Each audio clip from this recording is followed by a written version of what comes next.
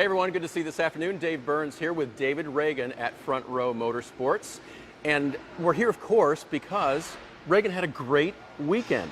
And we should have seen it coming because he's run well at this type of configuration before. But how would you describe your 600, David? Our 600 was eventful, but we had a good car. So I felt like we passed a lot of cars all night long. We had a couple of issues on pit road and strategy throughout the night. There were a lot of guys that, stayed out on some caution, some took tires. You had a lot of different stuff going on for 600 miles, and I always felt like we were battling on restarts, 2 wide, 3 wide, guys, around us tearing race cars up, but we were able to pass cars and move up throughout the race and ultimately have a shot at a top 5 or top 10 at the end. But by staying on the lead lap the whole race and having a top 10 or 15 car, it was a fun 600-mile race. That's right. I mean, he finished 15th, but ran in the top 10 most of the night. And as I was looking at that, I was thinking, okay, let's see. There's a lot more drafting here. Ragan, always known as a good drafting guy. I mean, how much does that play into your success with this package? Well, it does play in a little bit. You still have to have a good car that gets through the corners, but you do have to be disciplined sometimes because those restarts are super crazy. And you can get a great run, but sometimes you don't need to make that move because if you can't clear the car in front of you, you're going to get freight train down the next straightaway and lose 3 or 4 spots. So I felt like I was learning a lot the whole race on those restarts. The high line, I think, was preferred on a lot of the restarts, but you could make some ground up on the bottom. But if you got stuck on the bottom, it was like a parachute was thrown out, and you could lose 2 or 3, 4 spots just down the front or the back straightaways. So that was a learning curve all night long. And then ultimately at the end when we stayed out, I chose the outside because I wanted to be on the outside to try to get that little bit of extra draft down the straightaways. There were some competitors who were curious as to if you were really going to stay out. Give me a freaking break. 19 just came up and asked if we were going to drop to the rear. Tell me to go f himself. Yeah, that pretty much was the way I said it. So what do you expect us to do, dude? We ain't going to drop to the rear with 5 to go. We're on the lead lap. We're leading the race. No, we're not going to drop to the rear. Well, no, you all don't have tires. I don't care.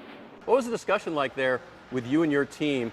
You got the old tires. You know what the penalty's going to be, but the advantage to staying out right there. Yeah, we put on our last set of tires a little earlier. We had some damage when Kyle Larson and those guys were wrecking, and so we were 1 set short. Okay. And we had made our bed, though. I was hoping the race would go green the rest of the way, and we probably could have finished, 11th, 12th, 13th.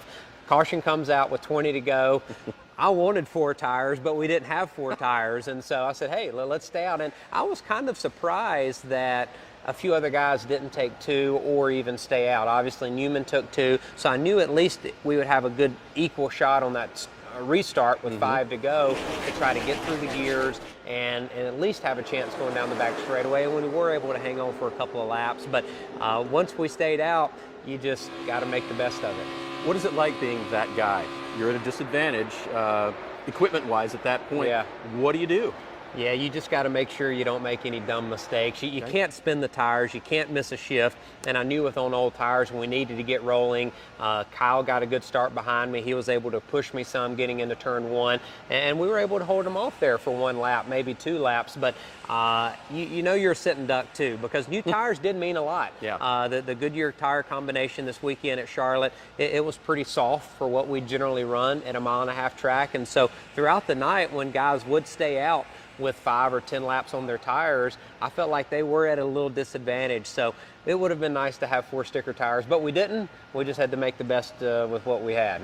David mentions learning, and of course the package that they ran at Charlotte will be run this next weekend at Pocono. So as you look forward, it's a different track, a little longer to make your moves. Does it slow down at all, do you think, or is it going to be the same kind of craziness on restarts?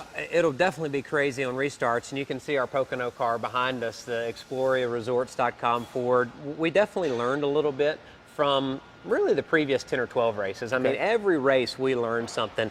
And so this past weekend at Charlotte, we did try to attack the weekend a little different based off some things we learned from the All-Star weekend. So I felt like our splitter control was really good. We made good adjustments from Saturday to Sunday. And so going to Pocono, there will be some similarities between the practices going into the race, working on attitude, but you got 3 very distinctive corners. You're going to use a lot of brakes getting into those corners. We're not going to be shifting at Pocono like we have in previous years. So, because? You know, the gear ratios are a little different based off of NASCAR's set recommendations in the rule book. So we're going to be rolling through those corners fast, but man, that front straightaway on restarts will be crazy because you can get 5, 6 cars wide. That's right. And a little wider than Charlotte. But you got to narrow back down getting into turn 1. So I think you're going to see some wild restarts, but it will turn into a race of strategy and track position at the end. There have been times in the past when we've said they won't shift at Pocono. Now, you're sure this time? Well, no shifting. You know, the engine guys say, look, you know, maybe try it one time just to see, but we think, based off of our simulation and calculation, that the RPMs won't allow it because the spread of 3rd gear and 4th gear will be too much. But yes, to your point, over the last 5 or 6 years, NASCAR has made rules to try to keep us from shifting, but we can always find the gray areas and work around them. So we'll see, but yeah, I would pay attention to practice on Saturday afternoon because if we do, that'll probably be the time where some guys try it. Gray area is always prevalent in NASCAR, but the black and white remains the same. David Ragan had a great Coca-Cola 600. That's why we're here to talk to him today. Thanks for your time. Yeah. Make sure to check out NASCAR America on the weekdays.